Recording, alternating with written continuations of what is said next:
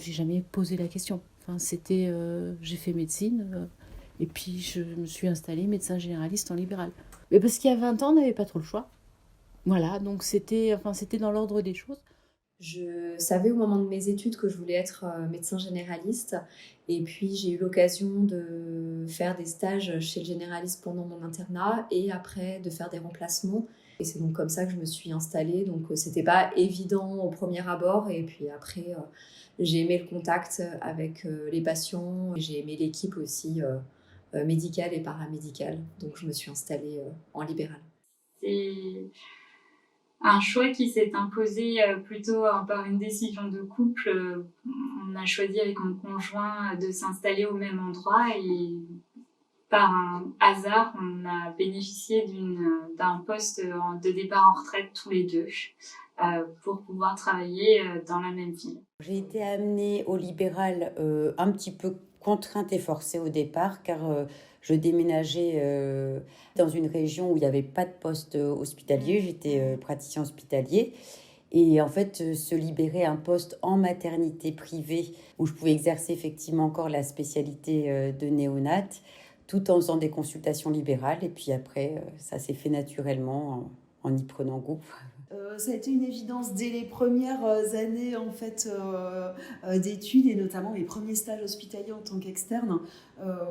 J'avoue que le contexte hospitalier, puis la hiérarchie en fait, hospitalière m'était assez difficile. La rigidité de l'organisation, des réunions, des plannings, voilà, me semblait d'emblée en fait, compliqué.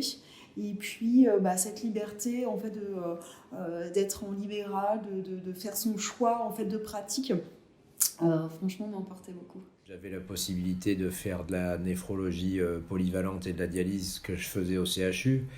J'aurais à l'époque voulu continuer dans la transplantation rénale, mais en ayant continué à suivre des patients transplantés, au niveau professionnel et intérêt professionnel, c'était pas un souci pour moi et l'installation a été bien encadrée par mes anciens associés. Ça s'est fait facilement, tant sur le plan de l'intérêt professionnel que des démarches administratives qui n'ont pas été compliquées.